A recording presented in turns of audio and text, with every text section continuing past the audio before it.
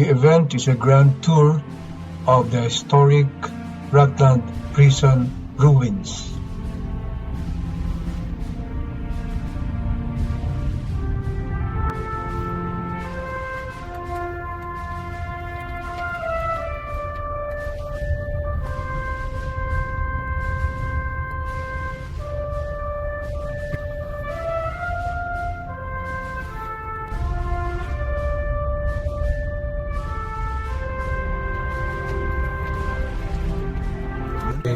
Go straight, take a right. So the road, there will be a road going right? This Or is that Camp Road. okay?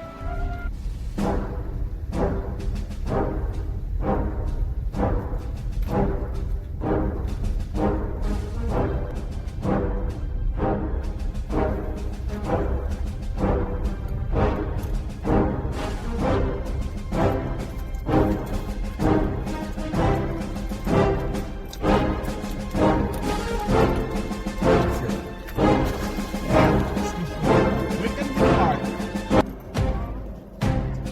So we're looking for something over there. Now we will just walk. And then we'll just walk it. Thank you.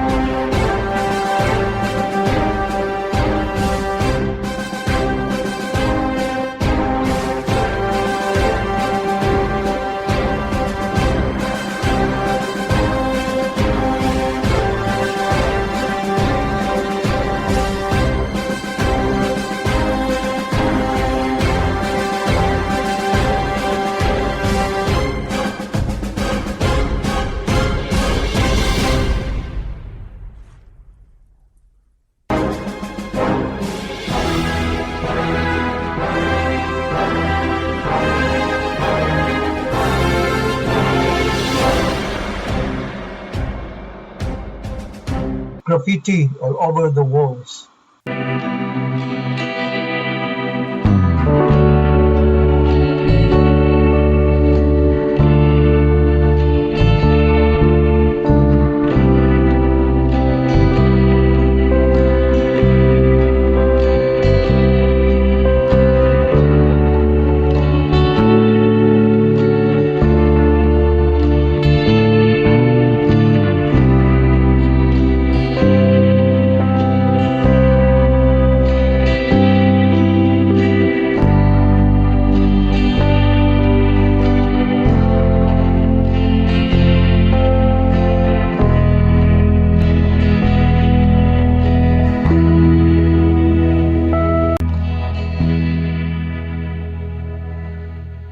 A mile and a half. By the road, maybe 2 miles, because, that's Arlen Drive. upon a time, long, long ago, deep in the enchanted forest, there lived a woman called Old Mother West Wind. Or was it East Wind? I forgot what wing it was. Anyway, it was a farm, and it was owned by a guy long before my time, and his name was Walker, Captain Jonas Walker or Elias Walker or something. Yeah. And his house was right over here, and it had the biggest elm tree around here. Even after it wasn't the prison camp, there was only one camp. It was known for the elm tree. Back when, 100 years ago, this was started, say, 1904. Yeah. So that elm tree was on Walker's farm. They kept Walker's house, and they used it for the administration building, the mess hall. They used it for a lot of stuff while they were building the farm, because the prisoners, with some help from engineering and money from the state. Prison for what? Prisoners, they were minimum security prisoners, for burglary, assault. What year was that? Not the hard. This thing ran, they bought the land, say, like 1902 or 1903. So it's the 19, yeah, okay. They probably opened it in 1904 or 1905, and then it ran until the state decided they wanted to keep this land pristine for watershed, because they put in a dam, and they were channeling the water to Boston. So all the land around it, they wanted to have no houses. So all the houses and all the farms that were around here are all gone. Several mills, and then as well this prison camp had to go and the hospital had to go. So they tore it all down, and people could buy the buildings and use the wood. The number of people living in the here? hospital? Yes. I'm going to say between 100 and 120. Okay. Okay, how many houses were here? Yeah. This was a little village. It was really a, what do you call a little village? A hamlet. A hamlet. It was called New Boston. Okay. That was before the prison. So there were 3 or 4 or 5 houses, and you know the houses were kind of close together because they were the houses for the farms. But these farms, I think Walker's farm was 800 or 900 acres, which was, and the state bought the whole thing and made it into the Prison. hospital Hospital, and the prison. prison. The hospital is over there on the hill. We can walk there. They'll probably go out some of the buildings. Okay. And they tore them down because it was a depression. Everybody was Okay. poor. Right. I think maybe the MDC, the Metropolitan District Commission, you know, this is rough. Let's say 1932, 32, yeah. everything had to be out of here. So what they said is, we'll auction off the buildings. You got to take them down to ground level, and we'll take care of the rest. Yeah. So my folks, and it was right over here, the ice house and a couple of small buildings. And I remember as a kid playing on this thing, we used to call it the tin house. And it was a homemade, out of metal, like a cab for a tractor. And they had made their own tractor out of a Model T and shaped this piece of metal for the cab. So you could be, and we used to, when I was a kid, it was a chicken house. Okay. And then, you know, the kids, we would play in it, and it's probably still out in the woods in Hini. Heaney.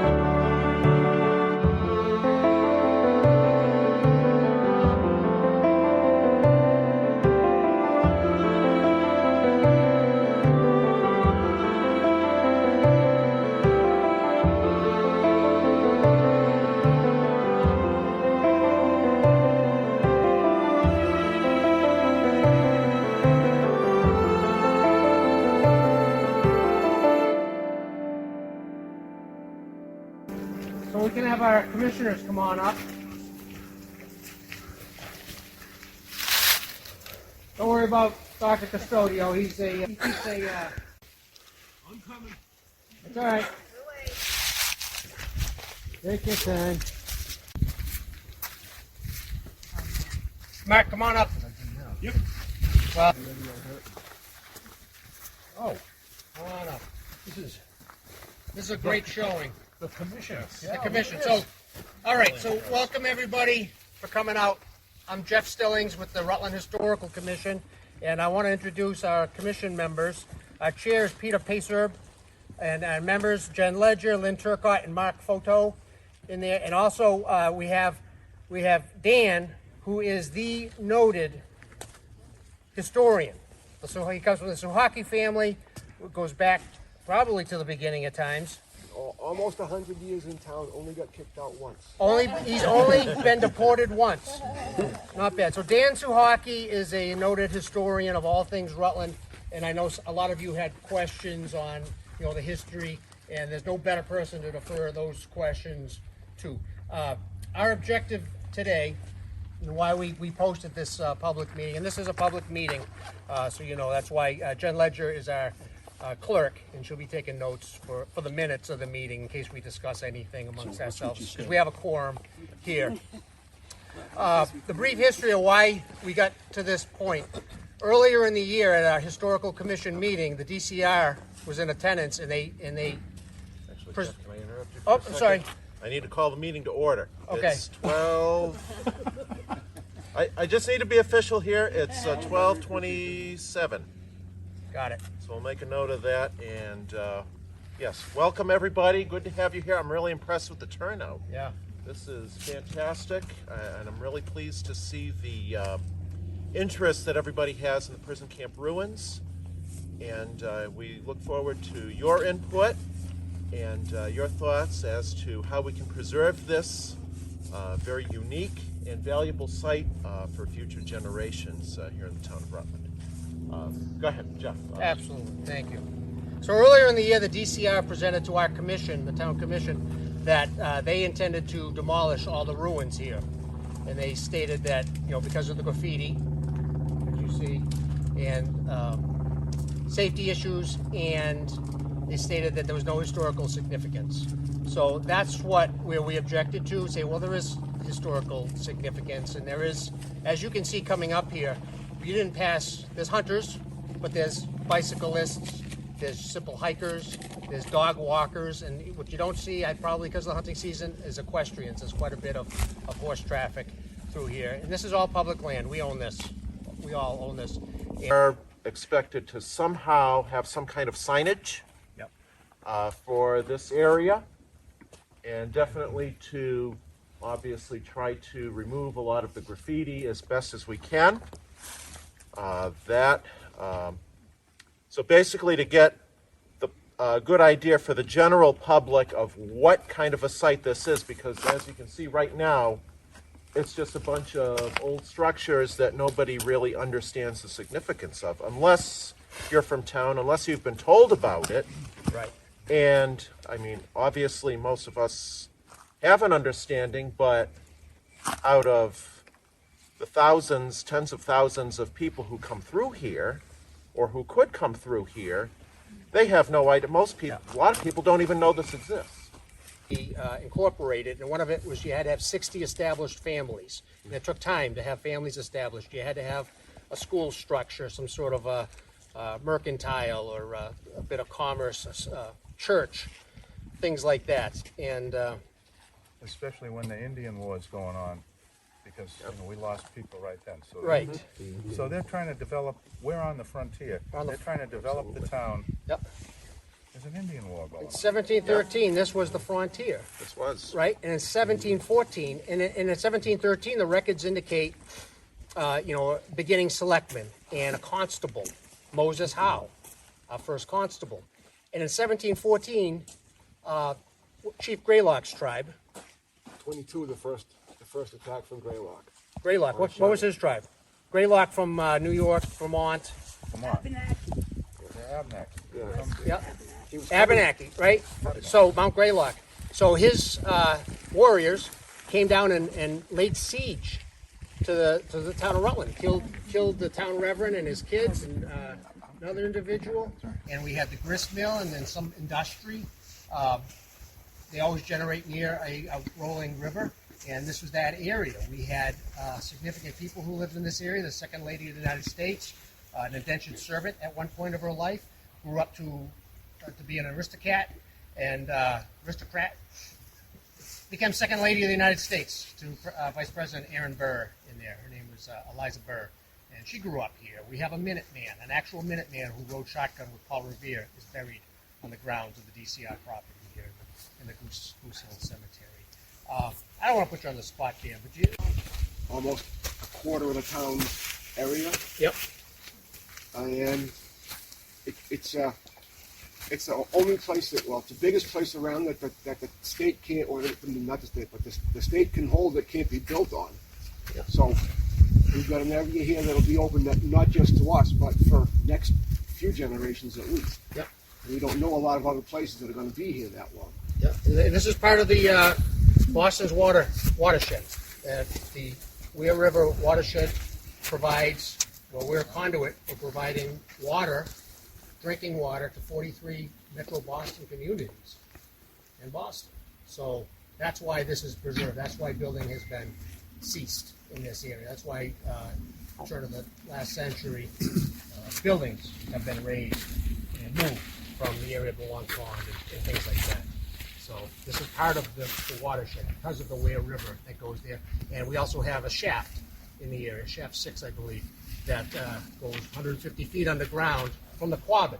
So the Quabbin feeds Boston, and it's, 80 miles away, but it goes through a series of underground shafts, which goes right under us here. And then it goes to different pumping stations where it pumps the water up again, and then it shafts down slowly, slowly, slowly, up again to make it. It takes 2 years for a drop of water from the Quabbin to make it to Boston. But the drops of water at Quabbin is the lifeline of Metro Boston. 43 towns, 43 communities in here. Rutland, ironically, does not tap into that. Even though the water supply goes right under our town, we don't touch that. It's all Metro. So now, but that was a Native American grinding stone in the north. Cornerstone. Yep. Came off of her farm. Came right off of the North Rutland area.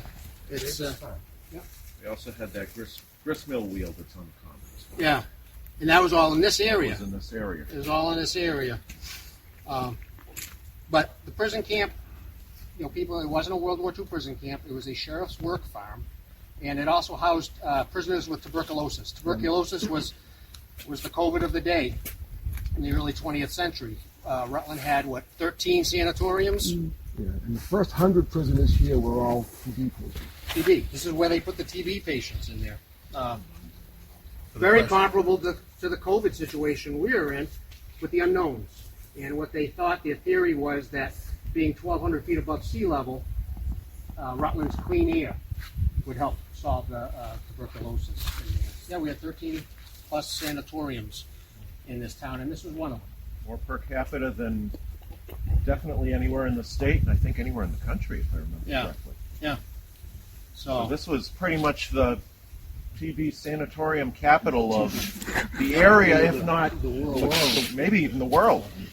For our visitors out of town, we are celebrating our 300th birthday in June, our tricentennial. Rutland was incorporated or founded in 1713, but we became an official town 9 years later in 1722.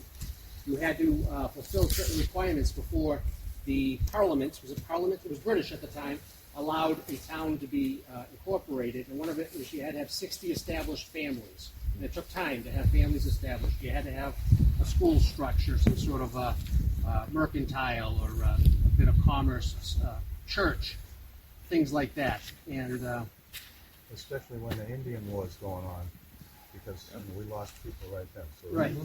So they're trying to develop. We're on the frontier. They're trying to develop the town. Yep. There's an Indian War going. In 1713, this was the frontier. This was. Right? And in 1714, and in 1713, the records indicate, beginning selectman and a constable, Moses Howe, first constable.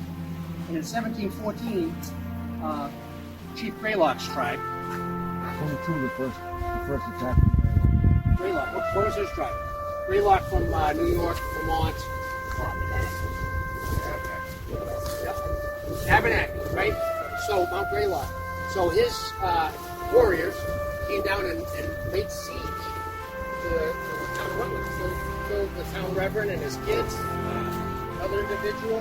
So imagine being the constable of the Wild West and having to deal with an Indian siege. So if you look at the beginning structure, you didn't just say, I'm going to live out here in the country. You had to live in almost like a round type of environment so that able-bodied men could alarm themselves when there was a siege going on. If you go to the Rutland's Putnam House, there's a hot hidden spot behind the fireplace.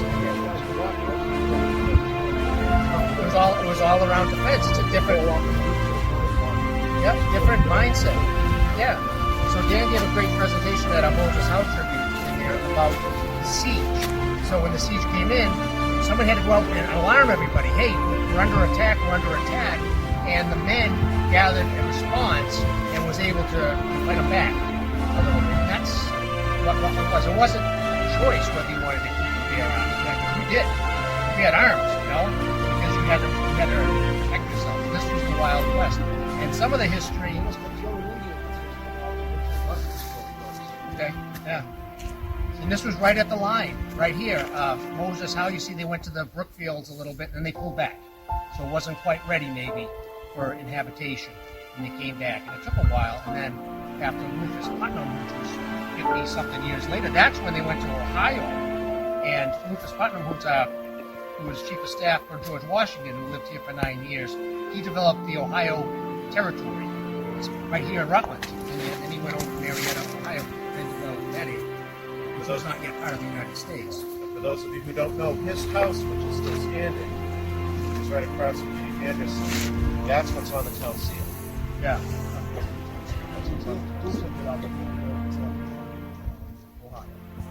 Oak House was seized for British story. So the victors go to the spoils. When they lost the Revolution, they took the house, and that was that.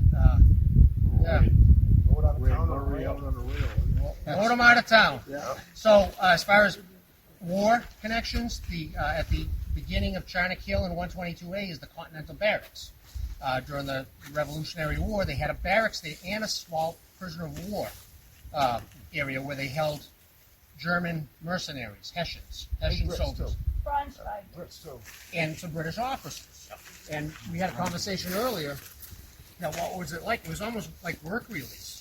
The officers would be there during the day, and then at night they would be able to go out into town. They even allowed one of the British officers to be armed to go to the tavern and then come check himself back in there. It was kind of like Otis from Annie Griffith. There's a well and The Hessian well is you can see from the road. Yeah. It's on private property. There's a stone, partial stone foundation where Not where the the barracks barracks is. used to be. There's No? nothing there. No, it's a horse paddock now. So Oh, okay. if there's not a marker on there, you know, it doesn't exist almost. You know, if you don't lock it in that this is what happened here, Right. it's up to us to do that. So there are things here that we want to be able to note. So there's basically, well, they claim 4 structures around here. You have the sheriff's cell. This is called the root cellar. There's a wall. And then there's something that we do not object to. It's an open pit. It's like a hallway in there, and there is an open pit in there that's a safety hazard that we wouldn't necessarily object to grading that off so that somebody or a dog doesn't fall into that. The tunnel, yeah. But You have to make that official. we can have that talk. Absolutely. So go back to what you said. Not the prison camp. The sheriff's work. Not whole long. 20, 30 years, something like that. The Revolution is on Bear Hill Road. Okay, Goose Hill Cemetery is over. But this is all DCR area except for the Bear Hill, which is no private. So the historical stuff around this area as far as the Revolution and so forth, but the scope of the project as far as the state, $50,000, is going to be this prison camp ruins and possibly access to it. We'll have to figure that out as well. That might be a possibility. We'll have to look into that as well. We appreciate your input on that. My initial thoughts would be sprucing up the parking areas. Have a nice parking area. Informational kiosk here with a nice roof, something. This is what was here. This was not just something for you to tag. This is what was here. This is where, because you didn't have refrigeration, this is where the potatoes and stuff were kept. This is the root cellar. They served a purpose. Oh, we didn't always have a refrigerator? No, you didn't always have ice, right? So, Michelle? Yeah, I have a question. So there are like foundations across the street too. Yeah, we'll go take a look at them. Yeah. That I believe is referred to as the wall. And even walking up from the cemetery, there's steps. You can see there are still steps going up to nowhere. They go up into a field right now. There was something there, and I believe that might have been the superintendent's. I think so. It's around. Yes. These are the big ones. Right. But I think we don't want to lose sight of Right. all of it, right? And that's why I think the Historical Society's informational map Yeah. of the farm or what was here Yes. would be important, so people could stop and look at. So, I'm right here at the sheriff. Oh, right there was actually the hospital. There's a hospital here. Yes. You know, and things like that. I think that would be important. And So if if we have anything one that's big one, but could we have tags at the different, like you're here, this is number 1 or number 2 or number 4? I would whatever. like to have that. And what type That of would be tag? wonderful. What Yeah. type of tag would we be talking about? I was just thinking, like, you know, like it would be like that high, just a Yes. thing with a number on it. Yes. And it could be Absolutely. wood or whatever. Yeah. Like, it doesn't have to be super expensive. Yep, 45-degree plate on some sort of respectable Yes, thing. yes. Grass. Yeah. With an arrow Yes. pointing to the next one. Yes. And map Like a- out a, like a yes, guided that's a tour. great idea. Oh. Map out a hike to all the different spots. A walking tour. Yeah. Yes. I love that idea. And have different loops, right? Yes. So that if you can't do it all in one day, you do this. Come and take the walking Make a tour. path. Like Gettysburg. Yeah. Yeah, absolutely. When they bought this was 900 acres. That's the Walker's DCR. Farm and some other places. And Williams Farm, the house is on the corner. There's a map, but it's not, I don't know if the map that everyone has is, there's one that's drawn to scale, and then there's one that a guy did from memory, okay? Yeah, the one from memory is posted on the Historical Commission page. Yeah, and there's printed, I got one right in my pocket here. I mean, they're all over the place. But there's one that the MDC did, they photographed every building before they tore them down. Every one. And so if you go on MDC site, and I haven't lately, but you can see down there where the chicken farm, where the where the cows were, all those buildings, where the powerhouse was. They have, and somebody was saying about falling in a hole. They had a powerhouse, so they had steam running to every building, up to the hospital. Every building had, not this, of course, but any building that was heated had steam going to it. Because when we were kids and we'd come and play here, you'd go in those tunnels, and eventually people took the pipes, because they were scrapping and stuff. It's like the crosses. One day all those iron crosses were gone. When I was a kid, maybe they were like 14, I'm going to guess. Yep. One of our local neighbors broke them up and sent them up to Guy Boose's junkyard and collected the money. Very sturdy that, somebody wouldn't be apt to destroy, whether accidentally or maliciously. We would want to keep that in mind. was an engraving. Yep, it's some sort of marker. I also like the idea of cleaning up around the area. Yeah. Very sturdy that, somebody wouldn't be apt to destroy, whether accidentally or maliciously. We would want to keep that in mind. it was an engraving. Yep, it's some sort of marker. Yep. On granite post. Yep. With a 45. There's one in Rutland about where the train crash was.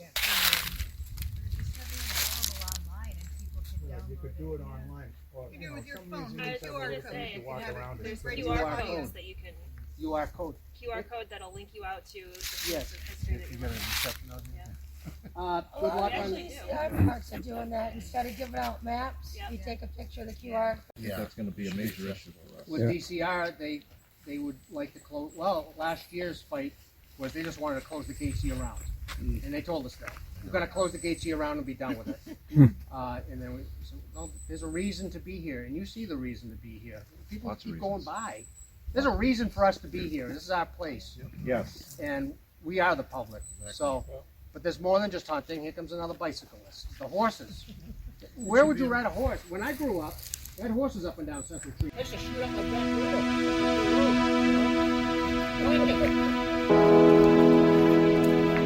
All right. They're talking about fencing it off.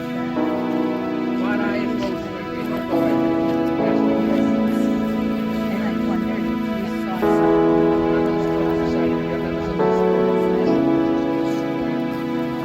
Government body, big town, charges.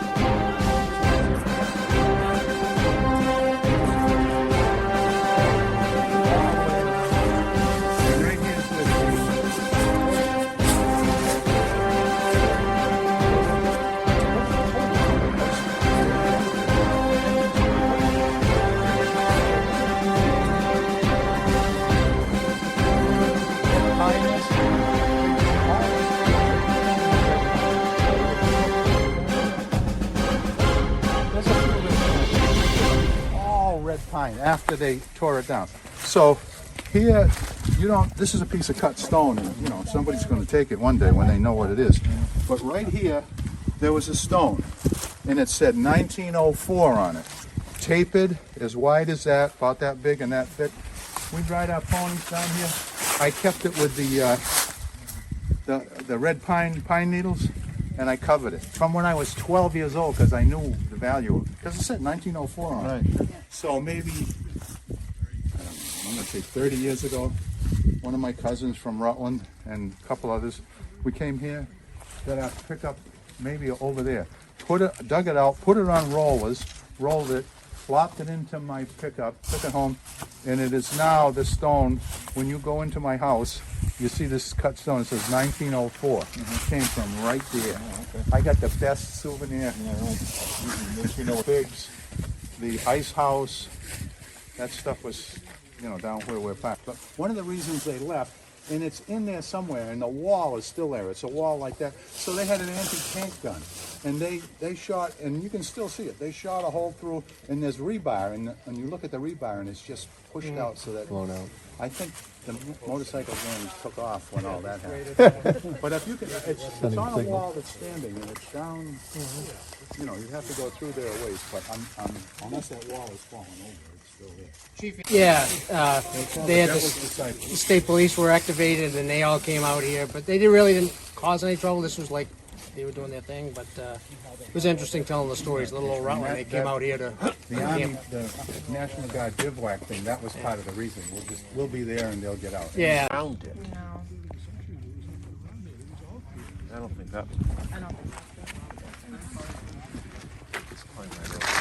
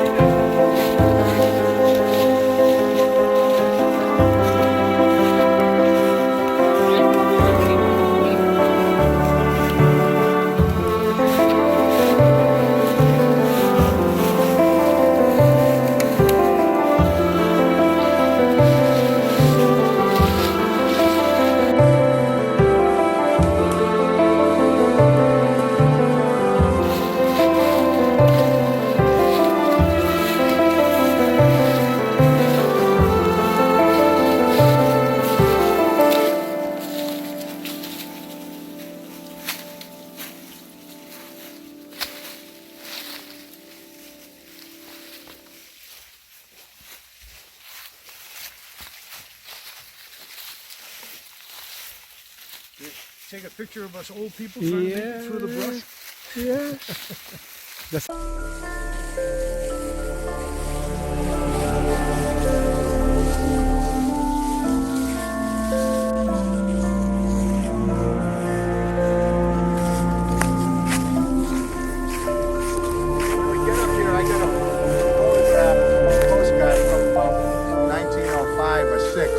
Of the hospital, and I've seen pictures of the outside of the hospital, and it's this big two-story building, and you go, what? When you look at the inside, there's only like 14 beds, because it's a vaulted ceiling. That second story, there's nothing there, it's just open air, but the idea is keeping on air circulating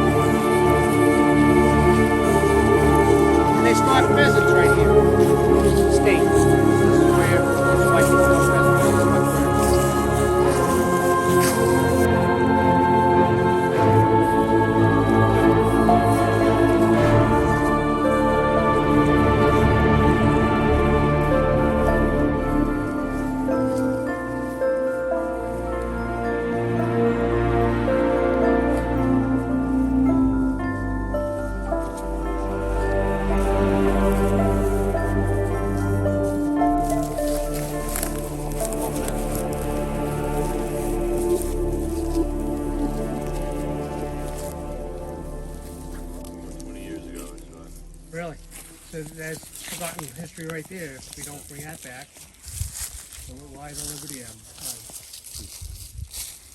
Okay.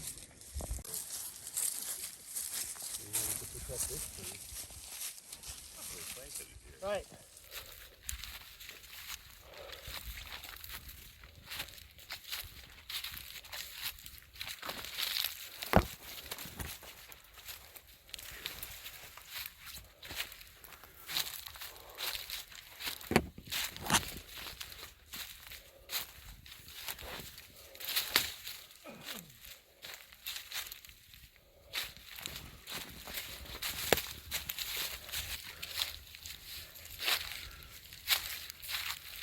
So this is the hospital. See, here's the foundation.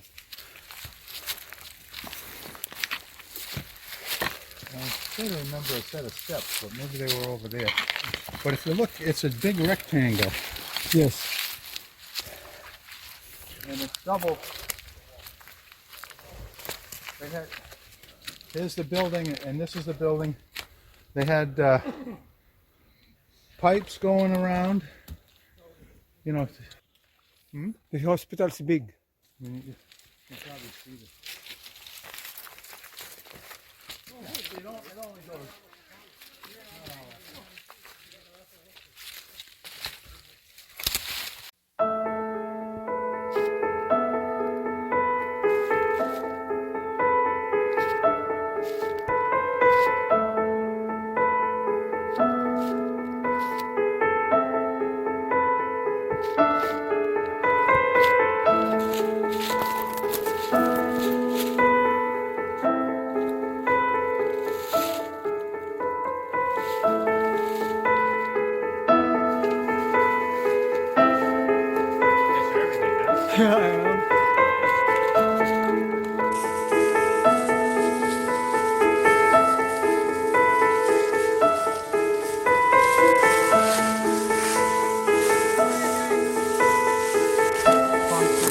Formula in the 1870s, because if you look at a railroad bridge, the cut stone, and then all of a sudden, mid-1870s, they start using concrete. Well, the point that I'm getting at is, this is poured reinforced concrete. You take a look at this building right here. There's no poured reinforced concrete anywhere. That's all stone, right? Where they discovered that concrete took a piece with a face. And what happened was, this was farmland and a farm way before the hospital and the prison came here. They used the buildings that were here if mid-1870s to start using concrete. Well, the point that I'm getting at is, this is poured reinforced concrete. They could. And this building, which I have no clue what it was, but you can see that this isn't something that they built, because this is all stone laid in by hand long before the hospital got here. Well, it could have been a basement, right? Oh, it definitely was, and it was probably drive-in. Sunken area. You know, it looks. I couldn't tell you what had been on that end, but I wouldn't be surprised if it was, you know, three-sided drive-in. You know, like underneath it, there's some kind of a barn. Yeah. Yeah. And an easy shot to get to the hospital is just going to go right up through the field there. Yeah. And this is where we got the roses and the arborvitaes, right off the edge of this field. Everyone get to see the picture of On the inside too, yeah. That was cut them down. It's not the cell block. And there's a little parking spot right there. And there's the steps that I was talking about on the way to the Goose Hill. In a box, and then Yeah, it decomposes, yeah. wooden stakes in there done by a scout project.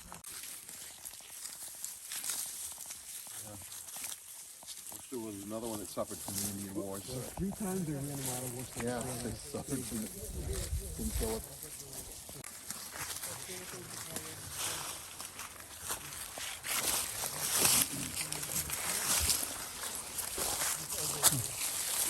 This used to be the hospital, huh?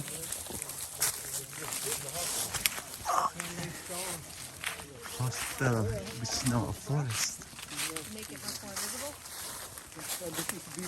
Or at the very least, a marker, a roadside marker with a picture of what used to be here. And explanation. I'll come up here. I want to orient you where I have this photograph. We may have some problems getting up there. Any way we can do it from down here? Any way you can do it from down here? I'd hate to have everybody have to climb this. Try not to bite on it. thank you. That'll show you. And if you count the beds, there's only like 14 and 16 beds. So it's a rectangle, and it's kind of unusually made because it's got the footing and the foundation, and then it's got piers, 2 in a row, then 2 and 2. So when you see the building in a picture, you'd say it's 2 stories. Well, it's 2 stories high, but that's all that space open in there. And if you count the beds, it's like, you know, like I say, 14 beds, 16 beds. Very interesting. So is this something we need to clean out and preserve? Or just a informational marker?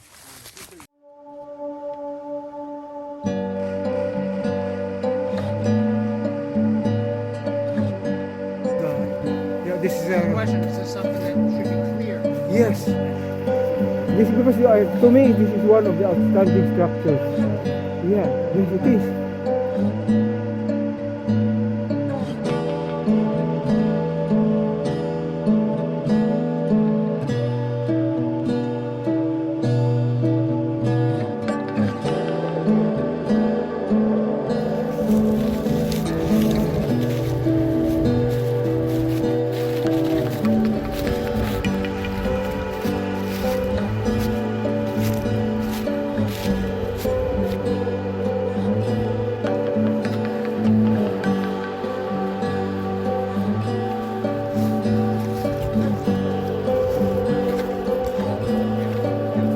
Yeah, I did.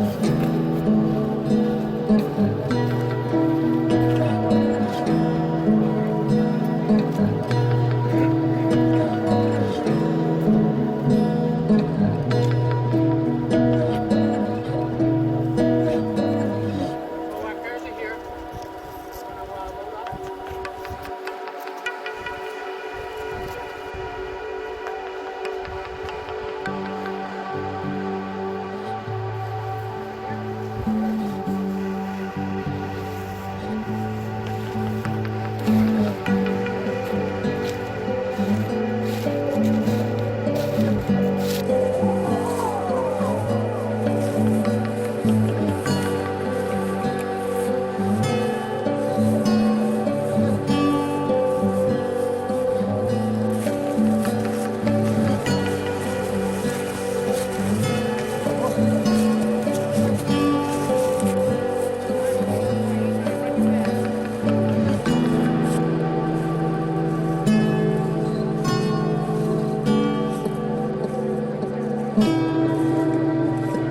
Died at Rutland in 1881, was one of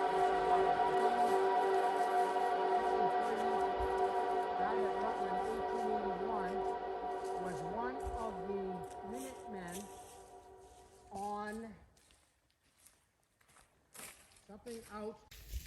Died at Rutland 1881, was one of the Minutemen on something out by Paul Revere, discharged and from service 1781. And his son Nathaniel Chickering, 1775 to 1852,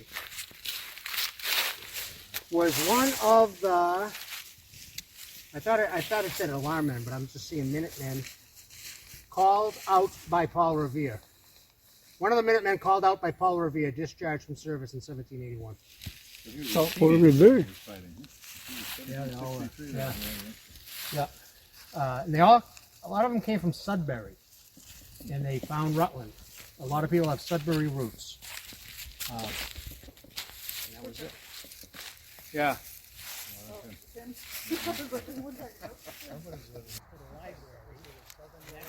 started in 1740.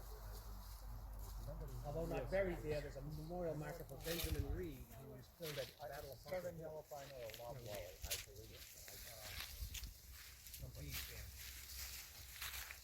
the death of Daniel Campbell because his ancestor is on the committee with us, Mark Campbell, and all we need to do is find a dirty Irishman. Right? The police sergeant killed. Reenactment. We'll have a Benjamin duel. But yeah, he was stoned to death, and that was the very first colonized capital murder trial. And they hung the Irishman in Worcester, and the victim lays next to the thing. So that shows. I guess it was the first white on white beginning of the court system, you know, and accountability. Irish, the Catholic Church was over by the Paxton line, and then this was New Boston, and then by the Sportsman's Club is the Dublin section in there. So there was that. Yeah. What year was that? Assault and battery, we won't sue for your freedom because the new Constitution of Massachusetts says that all men are born free. So it went to the Supreme Court in the case of Caldwell versus